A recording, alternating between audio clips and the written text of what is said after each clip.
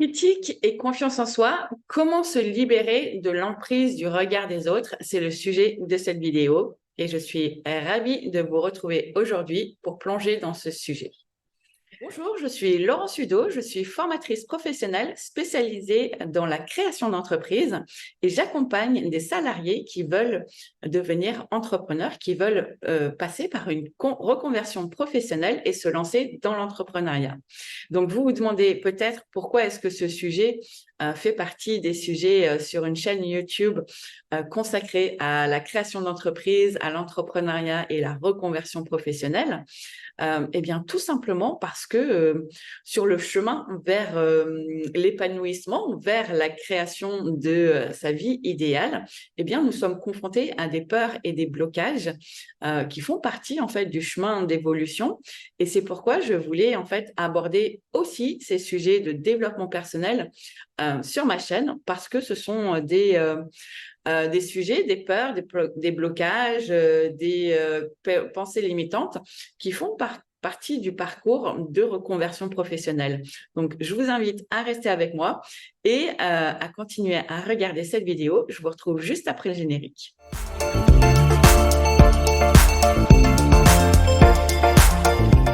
Bonjour à tous, donc je suis ravie de vous retrouver aujourd'hui pour plonger dans un sujet qui touche profondément chacun de nous, la manière dont la critique peut influencer notre confiance en nous-mêmes. Dans cette vidéo, nous explorerons en fait en profondeur l'impact de la critique sur le psychisme humain, les mécanismes de défense psychologique que nous utilisons pour y faire face. Et enfin, je vous ferai découvrir des techniques avancées pour développer la résilience face à la critique, notamment la thérapie de l'acceptation et de l'engagement, autrement connue sous l'acronyme ACT. Alors, préparez-vous à comprendre comment vous libérer de l'emprise du regard des autres. Donc, tout d'abord, commençons par l'impact. Et commençons en fait par analyser en profondeur en fait l'impact de la critique sur le psychisme humain. La critique, qu'elle soit constructive ou destructrice, peut avoir des répercussions significatives sur différents aspects de notre vie. Tout d'abord, sur l'aspect social. Sur le plan social, en fait, la critique, elle peut entraîner des sentiments d'isolement et d'exclusion. Et elle peut également, en fait, nuire à nos relations interpersonnelles en créant, en fait, des conflits et en alimentant la distance émotionnelle. Le deuxième aspect, en fait, c'est l'aspect émotionnel, parce que à ce niveau-là, la critique, en fait, elle peut déclencher une série de réactions allant de la tristesse et de la colère à l'anxiété et à la dépression. Donc, les commentaires, en fait, négatifs, ils peuvent vraiment ébranler notre estime de soi et miner notre bien-être émotionnel. Le troisième aspect, c'est l'aspect cognitif. Et donc, sur le plan, en fait, cognitif, la critique, elle peut renforcer les pensées négatives sur nous-mêmes et elle peut alimenter, en fait, des croyances telles que je ne suis pas assez bon, je ne mérite pas le succès, etc. En fait, ces pensées limitantes, elles peuvent inhiber notre capacité à prendre des risques et à nous épanouir. Donc, qu'est-ce qu'on peut faire face à la critique? En fait, face à la critique, notre psychisme, en fait, il met en place divers mécanismes de défense pour nous protéger émotionnellement. Et comprendre, en fait, ces mécanismes peut nous aider à mieux saisir comment nous réagissons à la critique et du coup, mieux nous connaître. Et surtout, la conséquence de ça, quand on se connaît mieux et quand on comprend, en fait, nos mécanismes de défense et qu'on identifie qu'ils ne nous plaisent pas, qu'ils ne sont pas qui on voudrait être, eh bien, ça nous permet de mettre de la conscience pour pouvoir ensuite faire évoluer ces mécanismes. Donc, le premier, en fait, mécanisme de défense qu'on a face à la critique, c'est le déni. Certains individus, en fait, réagissent en refusant purement et simplement d'accepter la critique et ils minimisent son importance ou la nient complètement pour éviter de ressentir de la douleur. Vous connaissez sûrement quelqu'un ou vous êtes peut-être cette personne qui n'entend pas ne peut pas en fait intégrer la critique parce que ça serait trop douloureux.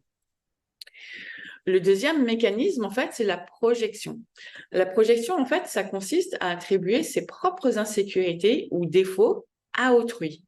Et donc, lorsque nous nous sentons, en fait, critiqués, on peut être tenté de projeter nos propres sentiments d'insécurité sur la personne qui nous critique.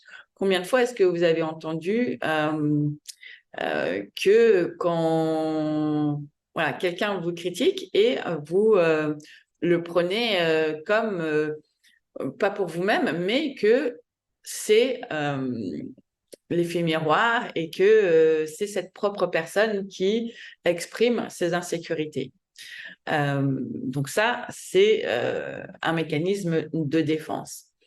S'il est vraiment pas objectif, bien sûr que souvent on projette sur les autres ces sentiments d'insécurité, mais pas forcément en fait. Donc faire attention à bien faire la différence. Le troisième en fait mécanisme de protection, c'est la rationalisation. Et la rationalisation, en fait, ça implique de justifier ou d'expliquer la critique de manière à la rendre moins menaçante pour notre estime de soi. Par exemple, en disant « ils ne comprennent pas, ils ne me comprennent pas, ils ne comprennent pas ma perspective ». Voilà, c'est ce sentiment en fait de ne pas être compris. Donc, quelle technique on a pour développer notre résilience face à la critique? Donc, maintenant qu'on a vu en fait l'impact de la critique et les mécanismes de défense psychologique, passons à cette partie cruciale qui est de développer la résilience face à la critique. Une approche avancée et puissante est la thérapie de l'acceptation et de l'engagement, autrement connue sous le nom de ACT. Donc, qu'est-ce que c'est? Donc, cette thérapie de l'acceptation et de l'engagement, c'est une approche en fait thérapeutique qui vise à vous aider à accepter vos émotions et à vous engager dans des actions alignées avec vos valeurs, malgré la critique et les pensées négatives. Elle vous apprend en fait à vous distancer de vos pensées autodestructrices et à les observer sans les juger. C'est vraiment prendre de la distance et s'observer. Donc ça, c'est vraiment une technique puissante et qui permet en fait de se dissocier des sentiments qu'on reçoit face à les critiques et de s'observer quand on reçoit ces critiques, quelles pensées viennent se former et ne pas s'identifier aux pensées négatives qui viennent se former à ce moment-là. Un deuxième outil, en fait, c'est la pleine conscience. La pleine conscience, en fait, c'est une composante essentielle de l'ACT. Elle consiste, en fait, à être pleinement conscient de vos pensées, de vos émotions et sensations, surtout, sans les juger ni chercher à les changer. Ça peut paraître difficile à faire. C'est juste une question de pratique, en fait.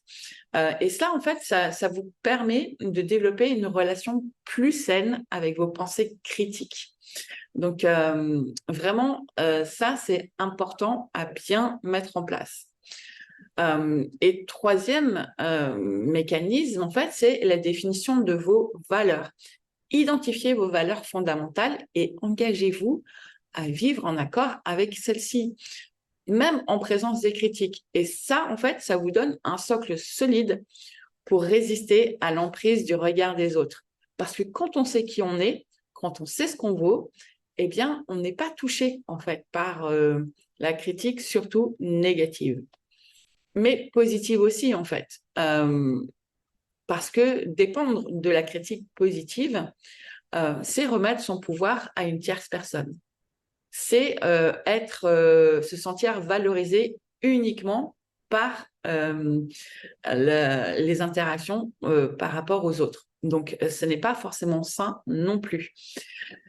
Donc voilà, maintenant que nous avons exploré en détail comment la critique en fait peut influencer notre confiance en nous, les mécanismes de défense que nous utilisons pour y faire face et les techniques pour développer la résilience, Je vous invite vraiment à pratiquer ça dans votre vie au quotidien. Et parce que la critique, elle est inévitable dans la vie, mais elle ne doit pas définir notre valeur ou notre estime de nous-mêmes. Donc, je vous encourage vraiment à explorer ces techniques avec ouverture d'esprit et en vous engageant. Donc, comme d'habitude, n'hésitez pas si vous avez des questions, des commentaires, si vous avez besoin de vous faire accompagner. Vous trouverez toutes les coordonnées, tout ce dont vous avez besoin sous cette vidéo. N'hésitez pas à laisser des commentaires sous la vidéo. Et n'oubliez pas surtout que votre valeur intrinsèque ne dépend pas du regard des autres. Donc, n'hésitez pas, abonnez-vous à ma chaîne pour plus de conseils sur le développement personnel et la confiance en soi. Et en attendant, prenez soin de vous et à bientôt. Ciao, ciao!